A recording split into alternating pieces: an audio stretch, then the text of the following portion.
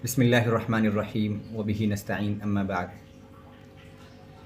قال الله تبارك وتعالى في كتابه الكريم: إنا أنزلناه في ليلة القدر وما أدراك ما ليلة القدر ليلة القدر خير من ألف شهر تنزل الملائكة والروح فيها بإذن ربهم من كل أمر سلام هي حتى مطلع الفجر.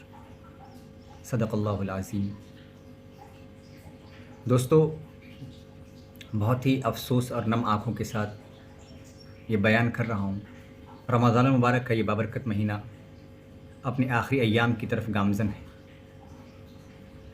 دوستو، یہ وہ مبارک مہینہ ہے اس میں اللہ تبارک و تعالیٰ نے کہا کہ شہر رمضان الذی انزل فیہ القرآن، کہ اس میں قرآن نازل کیا گیا، وہدی للناس، اس میں لوگوں کے لیے ہدایت ہے.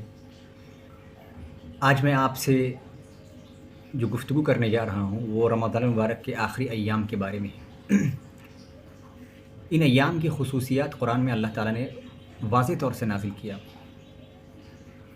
اور اس میں اس کی عظمت کے تعلق سے واضح طور سے اللہ نے قرآن کے اندر بیان کیا، اور ہم سب کو یہ حکم فرمایا کہ ہم سب اللہ تبارک و تعالیٰ کی اس نعمت کا بھرپور فائدہ اٹھائیں اور اس رب حقیقی کے سامنے اپنے گناہوں کی معافی مانگے اور اسے راضی کر لیں. بے شک یہ ماہ مبارک ہم سب سے جدا ہو رہا ہے، اور اس کا جو حق تھا ہم نے بالکل ادا نہیں کیا.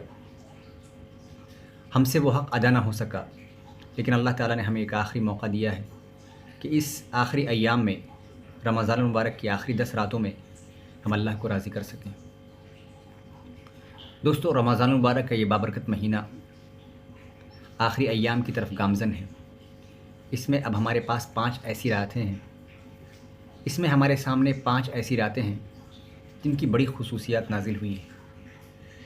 قرآن میں فرمایا گیا کہ انا انزلناہ فی لیلۃ القدر، کہ ہم نے قرآن کو لیلۃ القدر میں نازل کیا. کیا آپ جانتے ہیں کہ لیلۃ القدر کیا ہے؟ لیلۃ القدر 1000 مہینوں سے افضل ہے. لیلۃ القدر خیر من الف شہر. اگر آپ 1000 شہر کا اندازہ لگائیں گے کہ 1000 مہینوں کو اگر آپ کیلکولیٹ کریں گے تو آپ کو 83 سال سے زیادہ، 83 ایئرس سے زیادہ آپ کو جو ہے اس کی عبادت کا اندازہ ہوگا. یعنی ایک شخص اگر سچے دل سے اس رات میں قیام اور رکوع اور سجود کرتا ہے اور اللہ کو راضی کر لیتا ہے تو گویا کہ وہ 83 سال سے زیادہ اس نے عبادت کر لی. اس لیے ہم مسلمانوں کو چاہیے کہ آج کی اس رات میں اللہ تبارک و تعالیٰ کے سامنے اپنے گناہوں کی معافی مانگے اور اپنے مرحومین کے لیے مغفرت فرمائیں.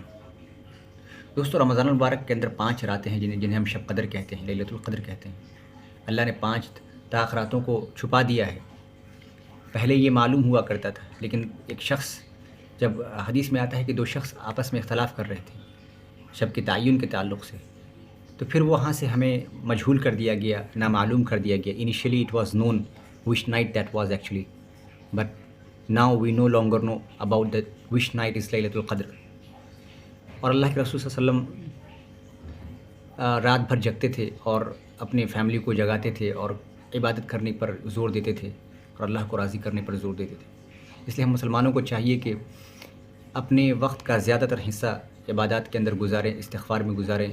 اور بڑی خوبصورت دعا ہے اس رات کے تعلق سے: اللہم انک عفو کریم تحب العفو فاعف عنا یا کریم، کہ اللہم انک عفو کریم، کہ اے میرے رب آپ بے شک معاف کرنے والے کریم ہیں، تحب العفو، معافی کو پسند کرتے ہیں، فاعف عنا یا کریم، کہ اے میرے رب ہم سب کو معاف فرما. لیلۃ القدر کی یہ دعا ہے.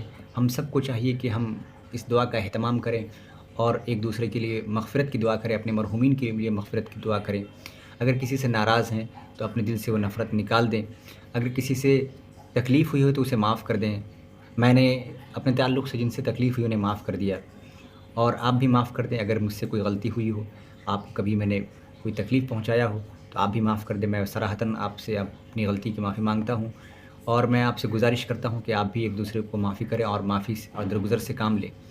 کیونکہ جب آپ معاف کرتے ہیں تو آپ کا دل صاف ہو جاتا ہے، اور اللہ تعالیٰ معاف کرنے والے کو پسند کرتا ہے کیونکہ وہ خود معاف کرنے والا ہے.